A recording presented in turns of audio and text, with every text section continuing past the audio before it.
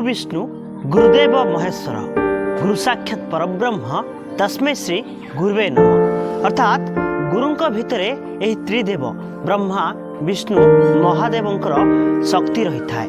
गुरु भाग्य विदाता। तेबे मु काहेकि श्लोकटी पढ़िली काहेकि गुरु कथा कहूछि आपण माने या भाबुथिबे। तेबे जानिया पई एही रिपोर्ट उपरे थरे नजर पकांतु।